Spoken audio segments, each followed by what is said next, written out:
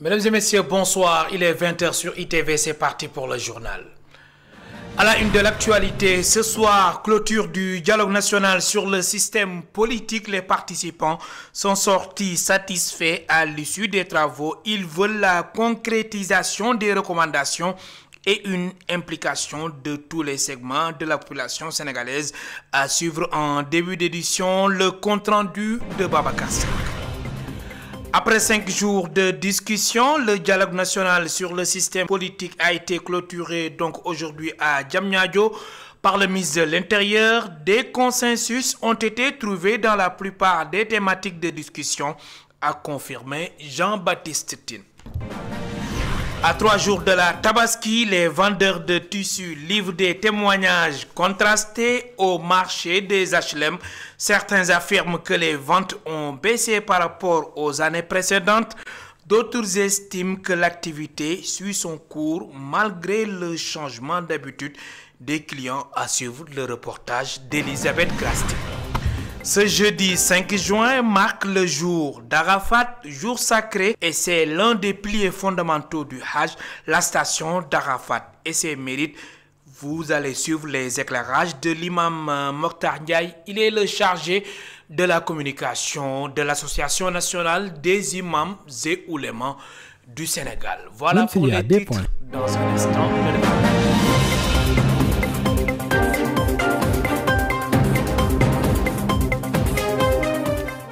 je vous le disais, il y a un instant, clôture du dialogue national sur le système politique. Les participants sont sortis satisfaits à l'issue des travaux. Ils veulent la concrétisation des recommandations et une implication de tous les segments de la population sénégalaise. Babacar Seck. Même s'il y a des points qui peuvent encore être discutés, la majorité des acteurs présents salue l'organisation du dialogue national sur le système politique. Ce dialogue est constructif.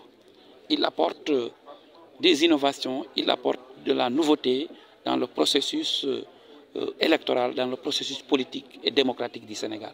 Ce qui est important, il y a un certain nombre de points où toutes les parties prenantes au dialogue sont tombées d'accord. Maintenant, il y a des points où il faut encore discuter, échanger. Et nous, ce que nous pensons en tant que parti Ensemble pour le Sénégal, c'est que le dialogue doit être quelque chose de permanent pour consolider le système politique et la démocratie sénégalaise. L'idée seulement de convoquer un dialogue politique au Sénégal a été vraiment quelque chose de novateur et quelque chose que nous apprécions à sa juste valeur. Les populations doivent avoir un rôle de sentinelle pour le respect des recommandations. Maintenant, comme c'est un processus qui est en train d'être testé, il faudrait quand même que la population, comme le président l'a dit, qu'on ne laisse pas tout aux politiques quand même. Que la population soit là pour veiller au respect scrupuleux quand même des recommandations qui seront sorties donc, de ce dialogue. Et c'était ça aujourd'hui le plus important, que tout le monde puisse s'entendre sur l'essentiel. Et comme moi je le pense personnellement, il n'y a que le Sénégal qui doit nous réunir à ce dialogue. Que tu sois de l'opposition ou bien du pouvoir, peu importe votre position, mais in fine, que le Sénégal gagne. Seule la commission réforme institutionnelle a eu un consensus à 100%, 94% pour le processus électoral et 26% pour la commission démocratie, liberté et droits humains. Babacar Seck, après 5 jours de discussion, le dialogue national sur le système politique a été clôturé donc aujourd'hui à Diamniadio par le ministre de l'Intérieur. Le général Jean-Baptiste Tine affirme que des consensus ont été trouvés dans la plupart des thématiques de discussion. Je propose de l'écouter. Nous pouvons aujourd'hui nous réjouir d'avoir franchi une étape déterminante. Des consensus importants ont émergé notamment sur la rationalisation des partis politiques, le contrôle du fichier électoral, l'encadrement du financement public des partis, l'inscription permanente sur le fichier électoral, la création d'une cour constitutionnelle, la dématérialisation du processus électoral et enfin la création d'une commission électorale nationale indépendante.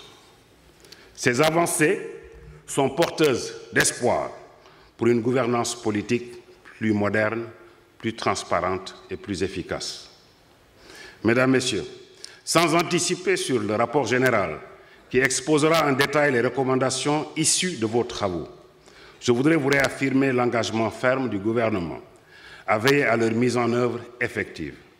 Cet engagement a été solennellement pris par le chef de l'État lors de la cérémonie d'ouverture du 28 mai. Le dialogue national ne doit pas rester un événement ponctuel. Il doit devenir un processus permanent. Une démocratie vivante exige que l'écoute, la concertation et l'ajustement continu soient des réflexes institutionnels. À l'instant, le général Jean Baptistine, ministre de l'Intérieur et de la Sécurité publique. L'opposition présente au dialogue national a fait une déclaration commune. Elle invite le président de la République à poser des actes pour la protection des libertés, avec notamment la libération des chroniqueurs détenus et de garantir la liberté d'entreprendre pour la presse. Je propose d'écouter les explications de Cheikh Tidiane Gadio, le porte-parole du jour. Il est toujours au micro de notre correspondant permanent à Rufisque, Babacar Seck. L'opposition démocratique engage le président de la République à poser des actes d'ouverture, de concorde et de réconciliation en utilisant tous les leviers à sa disposition pour faciliter la libération immédiate des jeunes chroniqueurs, à l'exemple de Abdou Nguer, Oumar Sow, Hassan Diouf et tous ceux qui sont détenus entre guillemets pour délit d'opinion. De la même manière, nous lançons au président de la République un appel pressant pour qu'il rassure nos compatriotes sur le fait que l'état de droit au Sénégal doit être compatible avec la protection des libertés. Ainsi, le président de la République, clé de voûte des institutions, pourrait inviter la justice de notre pays, forte de son indépendance reconnue, à accompagner la pacification de l'espace politique en faisant preuve de magnanimité pour ordonner la fin de toutes les détentions provisoires des hommes et femmes politiques et hauts cadres, anciens ministres, anciens députés, anciens hauts fonctionnaires et autres. Le contrôle judiciaire et les restrictions qui l'accompagnent suffisent pour les maintenir à la disposition de la justice qui doit, au nom de la reddition des comptes, faire son travail jusqu'au bout. Un autre geste fort attendu du président de la République, c'est qu'il s'érige en bouclier de toutes les libertés, y compris la liberté de la presse.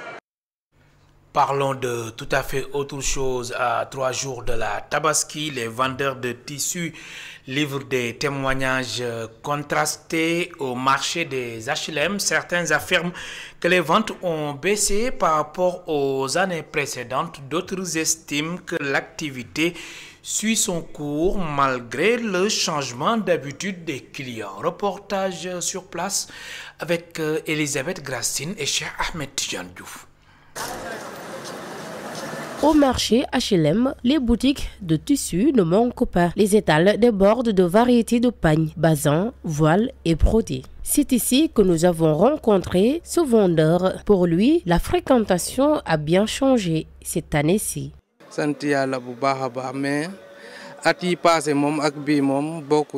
Dieu merci, mais il y a une grande différence entre les années passées et cette année. Je pense que c'est à cause du nouveau gouvernement. Il faut du temps pour que tout se mette en place. C'est ce qui fait la différence. Mais, alhamdoulilah, les clients commencent à venir petit à petit.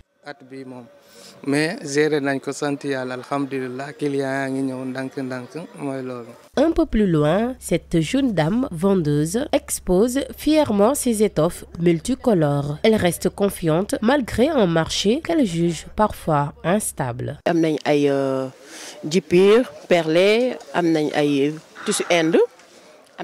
Nous avons des tissus en djipir perlé, des tissus venus de l'Inde, des tissus autriches et aussi des brocarts perlés. Ce sont des tissus de cérémonie, baptême, mariage, etc. Et par rapport à la vente, je dis alhamdoulilah. Machallah, machallah, on ne peut pas dire que ça a été, mais bon, santé Allah dal. Santé Allah, machallah. Ce jeune commerçant se montre optimiste. Il reconnaît tout de même que la vente directe a un peu reculé au profit des commandes en ligne. Dieu soit loué. En ce moment, la soie manque sur le marché, ce qui montre que les gens achètent. Alhamdoulilah. Mais la vie a changé. Les clients font leurs commandes depuis chez eux. Du coup, il y a moins de monde qui viennent directement au marché. Et ça donne l'impression que ça ne marche pas. Mais en réalité, on continue à livrer les tissus très bien même. À quelques jours de la Tabaski, les vendeurs du marché HLM livrent un constat contrasté. Pour certains, les affaires ralentissent. Pour d'autres, tout roule merveilleusement bien.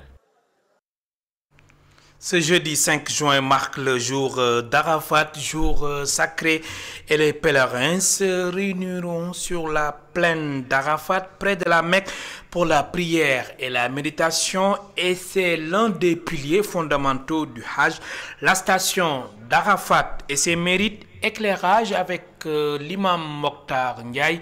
Il est le chargé de la communication de l'Association nationale des imams et oulémas du Sénégal. La station d'Arafat constitue l'un des piliers fondamentaux du Hajj, le plus important même. Et c'est pour cela que le prophète Mohammed nous dit Al-Hajj Arafat, que le pèlerinage c'est Arafat. Autrement dit, tout pèlerin qui ne se présente pas en ce lieu nommé Arafat, le 9e jour du Hajj, son pèlerinage est déclaré nul. Il faut rappeler que le jour d'Arafat est un jour sacré, exceptionnel, d'une grande importance. Un jour où le pardon et la miséricorde sont accordés à tous ceux qui assistent. Un jour qui nous fait et qui nous rappelle et nous fait penser au jour dernier, le jour où toutes les créatures se précipitent, n'est-ce pas, de leur tombe vers le Seigneur Allah subhanahu wa ta'ala, le plus juste des juges, dans l'attente bien entendu de sa rétribution, après l'exposition des comptes de chacun d'eux. Le prophète Mohammed nous dit que le jour d'Arafat, Allah subhanahu wa ta'ala va s'adresser ouvertement à ses anges en leur disant ceci: voici mes fidèles serviteurs, ils sont venus à moi, les cheveux en désordre et poussiéreux, et nul obstacle n'a pu les dissuader. Ils sont venus en espérant mon pardon, et je leur ai effectivement pardonné. Ce qui constitue un grand triomphe, n'est-ce pas, pour les millions et des millions de pèlerins qui sont présentement à la Mecque. Il est recommandé d'observer le jeûne du jour d'Arafat pour les non-pèlerins. Pour les non-pèlerins, je dis bien, car cela vaut une absolution, n'est-ce pas, de 2 années de péché. Le prophète nous l'a dit, sallallahu alayhi wa sallam, Sawmu Arafat yukaffiru sanatan madiyatan wa mustaqbala. Que le jeûne du jour d'Arafat vaut une absolution de 2 années de péché, l'année antérieure et celle ultérieure. Donc c'est un jour exceptionnel d'une grande importance. Pendant ce temps, les pèlerins sénégalais apprécient les mesures prises par l'Arabie saoudite pour faciliter le pèlerinage, entre autres un service de qualité, des innovations majeures notées cette année, un service très fluide. Regardez. C'est un service de qualité, malgré la diversité culturelle, malgré la diversité des peuples, et le nombre de pèlerins qui est quand même très important. Depuis Médine jusqu'à maintenant, on a vu le programme musique qui a été bien huilé, une très bonne organisation. Partout où nous passons, on montre la carte, notre carte qui est notre passeport, et on nous enrôle très rapidement au niveau du TGV, au niveau de Médine et jusqu'à ici. Par exemple, pour aller visiter le Raoud du prophète, on s'est inscrit en ligne. Très rapidement, on a réservé notre rendez-vous, on a été bien accueillis là-bas. Ici également, tout se passe vraiment dans la meilleure des formes. Le service est très fluide quand même. On a vu vraiment beaucoup d'améliorations comparé à ce qu'on avait l'habitude d'entendre. On remercie vraiment le gouvernement saoudien par rapport à cette belle organisation qui ne cesse d'être améliorée. On a vu aussi beaucoup de grands travaux qui ont été entamés de la plus belle des manières. Vraiment, on les remercie très bien. 6e édition de Ndeki Lions Tech, la tech sénégalaise célèbre l'innovation et le leadership féminin. La cérémonie s'est déroulée dans une atmosphère inspirante en présence de jeunes entrepreneurs, experts du numérique et institutions autour d'une vision commune, connecter la jeunesse aux opportunités de demain. L'événement a été marqué également par la célébration du 1er anniversaire d'Aïssatou Mbodj à la tête de la DER FJ. Les détails avec Satou Diba et Pape Mafalfal.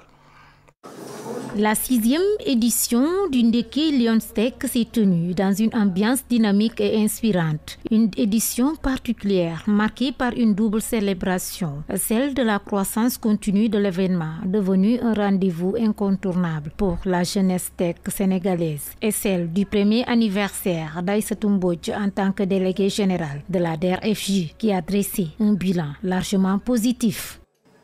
Oui. En un an, nous avons accompagné les jeunes et les femmes entrepreneurs partout au Sénégal et dans la diaspora. Alhamdulillah. Il était temps de territorialiser les actions de l'ADER. Résultat, 48 802 crédits au profit de 34 482 bénéficiaires pour un montant total de 27 milliards 16 millions. Mais je parlerai du PAVI 2. Qui constitue aujourd'hui notre espoir. Déjà à mon arrivée, on était à 87% de taux de réalisation du PAVI 1. Nous avons effectué une évaluation pertinente et prospective. Nous avons pu profiter du PAVI 1 pour libérer 1 milliard destiné à la diaspora. Dans son discours, la déléguée générale a mis en avant l'importance de l'inclusion numérique et des technologies comme levier de transformation économique. Tout à l'heure, les pharmaciens ont témoigné. Nous avons profité aussi du PAVI 1 pour dégager 1 milliard pour financer les pharmaciens, etc. Notamment avec le lancement du PAVI 2. Un programme structurant doté de 107 milliards 200 millions pour faire passer l'entrepreneuriat au Sénégal à l'échelle et le programme de 3000 fermes connectées pour une agriculture intelligente, productive et inclusive. En ce qui concerne particulièrement les startups, plus de 500 startups tech accompagnées grâce à des financements adaptés, des formations ciblées, un accompagnement de proximité. Financée par la DER/FJ, cette édition a également été l'occasion pour le docteur de souligner les attentes fortes de l'écosystème envers les autorités. Donc on démarre ce projet avec au minimum 4 à 5 personnes selon les tailles des pharmacies. Certains démarrent avec plus de personnes. On n'est pas un commerce comme tous les autres commerces parce qu'on a des règles que nous ne devons pas, donc, auxquelles nous ne pouvons pas déroger. Des prix à respecter, mais des conditions qu'on nous exige. Je donne l'exemple seul. On dit que les médicaments ne doivent pas être exposés à un certain niveau de température. On nous demande forcément donc, de climatiser nos espaces du matin au soir.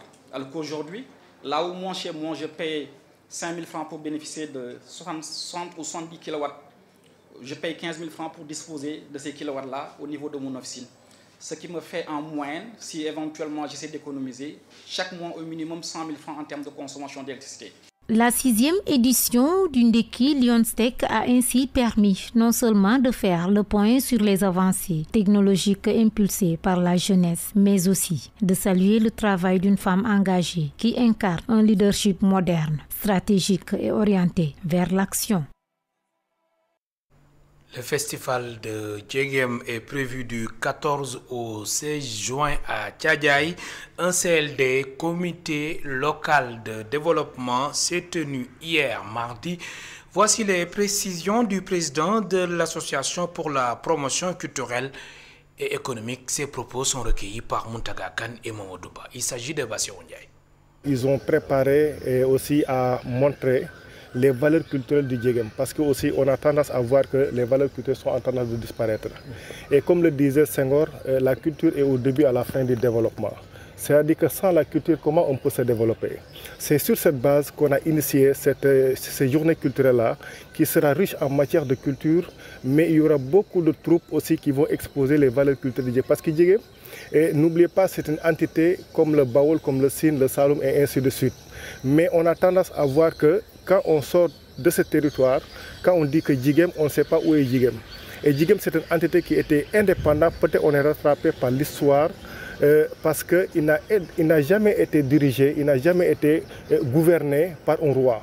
Et raison pour laquelle on a tendance à oublier le Djegem. Et c'est à ce moment-là que l'association a fixé ses objectifs pour la promotion du Djegem. Il y aura des panels, il y aura des caravanes sur les sites historiques pour montrer aussi l'espace du Djegem et pour montrer aussi des sites qui ont aussi des dimensions nationales comme internationales, qui méritent aussi d'être revisités pour connaître aussi, pour faire attirer aussi les touristes à voir que Djiguem avait des sites historiques qui datent des années 1800. Direction Kolda, la pratique culturelle jugée néfaste continue de prospérer dans la clandestinité au Fouladou et dans les pays limitrophes. En toile de fond, les MGF, mutilation génitale féminine, encore une approche pour endiguer le mal. N'est-ce pas, Seydou Diatta?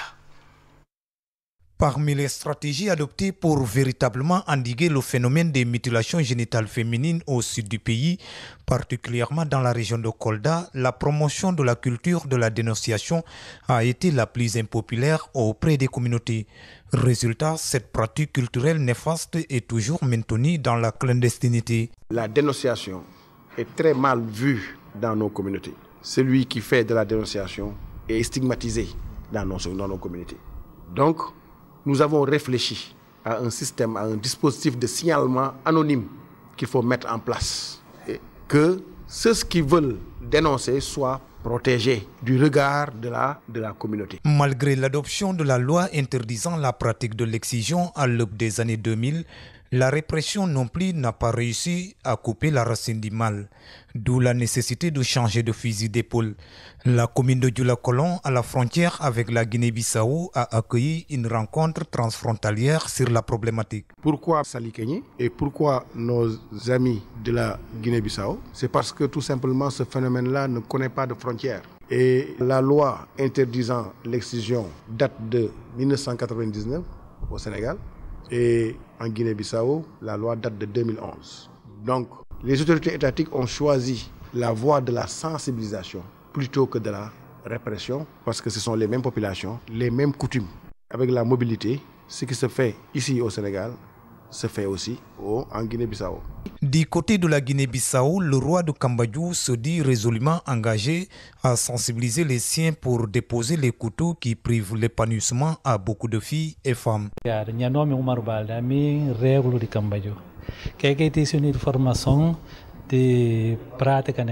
Je suis Oumar Baldi, roi de Kambadjou. Je suis venu prendre part à cette rencontre pour manifester ma participation à la lutte contre l'excision.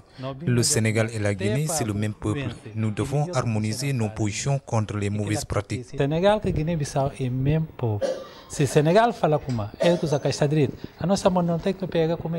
plusieurs schémas ont été jusque-là adoptés sans véritablement remporter la guerre contre les conservateurs de cette pratique culturelle néfaste.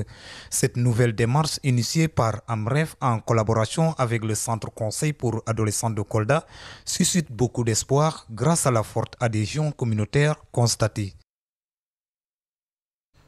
À l'instant, Seydou Diatta, notre correspondant permanent à Kolda. Mesdames et messieurs, c'est la fin de ce rendez-vous avec l'actualité sur ITV. Merci de nous avoir suivis. Bonsoir.